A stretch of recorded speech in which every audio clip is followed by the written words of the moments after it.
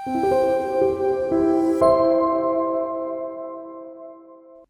বললি? বজ্জাত মহিলা কোথাকার, দূর হয়ে যা এখান থেকে। আমি কেন দূর হব মুখপুরি? তুই দূর হয়ে যা, দূর হ হতচ্ছাড়ি অলক্ষী কোথাকার। আমাকে অলক্ষী বললি? তোর এত বড় সাহস? তবে রে দাঁড়া দাঁড়া একবার তুই। ওগো ওগো শুনছো, শ্যামলী আমাকে অলক্ষী বলেছে, তুমি বেরিয়ে এসো এখান থেকে। শয়তান মেয়ে ছেড়ে আমাকে বজ্জাত মেয়ে বলা? তুই কি ভেবেছিস আমার মরদ বুঝে ঘরে নেই? দাঁড়া দেখাচ্ছি মজা তোকে। ওগো ওগো তুমি বেরিয়ে এসো, দেখো আমাকে রমাকান্তের স্ত্রী কি না কি বলছে। তুমি থাকতে তোমার শ্যামলীকে এত বড় কথা বলতে পারলো? তুমি বেরিয়ে এসো, এর একটা বিহিত করো। এই বলে দুজনে মারপিট করতে থাকে। রমাকান্ত আর শ্যামলীর বর ঘর থেকে বেরিয়ে আসে। আরে আরে ছাড়ো, করছো কি? ছাড়ো ছাড়ো, বউ ছেড়ে দাও, ছেড়ে দাও। এভাবে কেউ মারে? রমাকান্ত দা, তোমার বউকে কিন্তু বারণ করো, নয়তো খুব খারাপ হবে বলছি। হ্যাঁ রে রামু, আমি কি করলাম বলতো? এইভাবে মারপিট করলে হবে নাকি বল? আমি তো থামতে বলছি, তোর বউই বা কেন আসে আমার বউয়ের সাথে লাগতে? তোমার বউই তো রমাকান্ত দা কত কি বললো আমার বউকে। তোদের এত কিছু বলার কারণ আছে।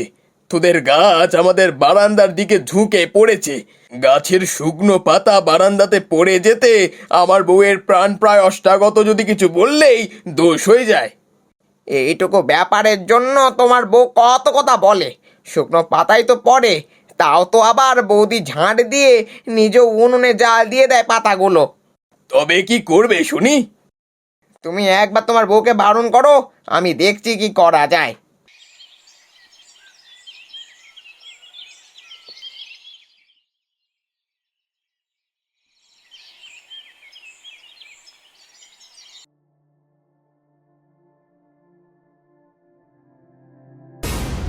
দিনে 4 থেকে 5 বার আমাকে শুকনো পাতাগুলো সরাতে হয়, আর পারি না বাপু।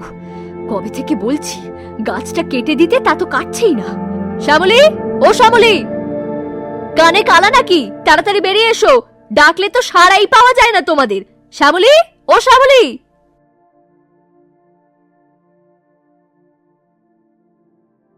কি হয়েছে কি? এত চিৎকার চেঁচামেচি করছো কেন দিদি?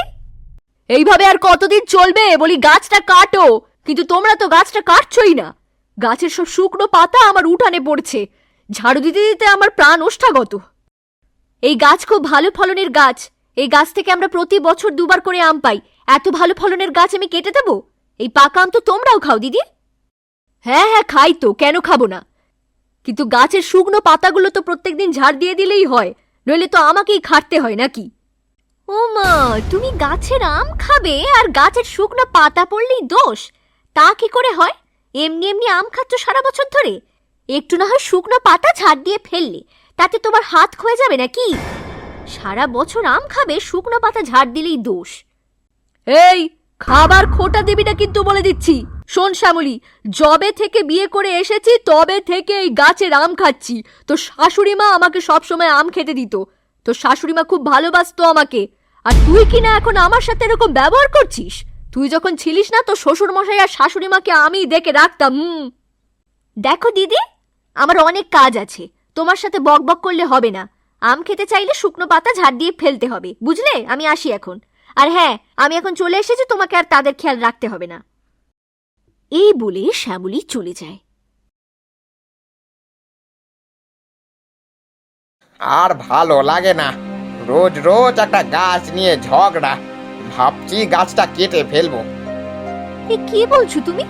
গাছের বেশিরভাগ অংশটাই তো দিদির দিকে, এক পাশটা কেটে ফেললে আর কটা আমি বা ফলবে বলো তো?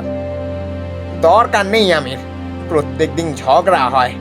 তাহলে তুমি এক কাজ করো, প্রত্যেকদিন ওদের ঘরে গিয়ে 2 বেলা করে ঝাঁট দিয়ে এসো। তা হয় না, এটা কি সম্ভব বলো? ঘরে কত কাজ ছেড়ে আমি সবসময় ওদের বাড়িতে গিয়ে শুকনো পাতা গুঁড়োতে যাব? তাহলে কি করা যাবে? এর একটা বিহিত করতেই হবে। আলোচনা সভা ডাকো, আলোচনা সভায় যা হবে তাই করতে হবে। ঠিক আছে, তাই করা হোক।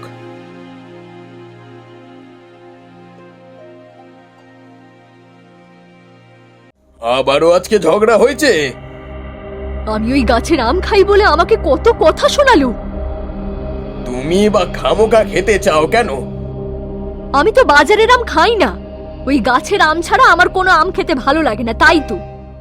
রমাকান্ত আর রমাকান্তের বউ কথা বলছিল। এমন সময় রাজু আসে রমাকান্তের বাড়িতে আর বলে, রমাকান্ত, ও রমাকান্ত, বেরিয়ে আয়। কি হয়েছে বলতো? এই আম গাছটা নিয়ে রোজ রোজ আর ঝগড়া ভালো লাগছে না, কিছু একটা উপায় করতেই হবে। আমি ভাবছি গাছটা কেটে দেব। এমন সময় ঘর থেকে বেরিয়ে আসে রমাকান্তের বউ। আরে না না, গাছটা কেটে দিও না গো, আমি আম খাবো কোথা থেকে তাহলে? ওই গাছের আম ছাড়া তো আমি কোথাও থেকে আম খাই না। তাহলে তো কিছু একটা বিহেভ করতেই হয়, রোজ রোজ ওই ঝগড়া আর ভালো লাগে না, সত্যি কথা।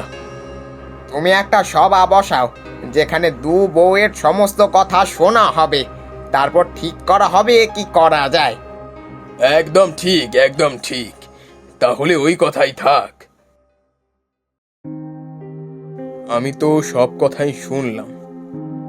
আমি বলে দিচ্ছি, আম খেতে হলে ঝাড় দিতে হবে। কিছু একটা উপায় বার করতেই হবে। আমি দিনে 5 বার করে ঝাড় দিতে পারবো না, ভীষণ কষ্ট হয়। তাহলে আম গাছটা আমি কেটে দিচ্ছি। আমিও বলছি আম গাছটা কেটে দিতে। আমারও একমত, গাছটা কেটে দেব। না না, আম গাছ কাটলে আমি আম খাবো কি করে? এই গাছের আম খুব ভালো খেতে, সবাই খায়, গাছ কেটে ফেললে আমি আম খাবো কি করে? তা ঠিক, তা ঠিক, আমিও তো খাই, গাছটা কেটে ফেললে আম কোথায় পাবো? এই সারা গ্রামে এই একটা মাত্র গাছের আম সব থেকে সুস্বাদু। তাহলে উপায়? এমন একটা উপায় বার করতে হবে যাতে গাছের পাতা আমার উঠোনে না পড়ে। আচ্ছা আচ্ছা, দেখছি, কিছু একটা উপায় বার করছি। একটা কাজ করা যায়, গাছের চারিদিকে জাল দিয়ে ঘিরে দিতে পারা যায়, তাহলে শুকনো পাতা আম জালে পড়বে, মাঝে মাঝে জালটা খুলে এক জায়গায় জড়ো করে নিলেই তো হয়ে যায়। উত্তম উত্তম উপায়। এটার ফলে পাকা আমগুলো মাটিতে পড়ে নষ্ট হবে না।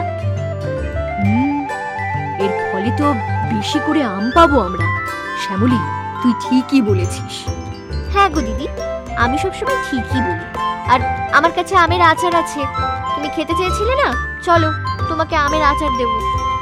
মিটে গেল সমস্যা, আশা করি আর ঝগড়াঝাটি হবে না। গ্রামের সকলে মিলে মিশে একসাথে বাস করতে খুব ভালো লাগে, ঝগড়াঝাটি করা একদম ভালো নয়।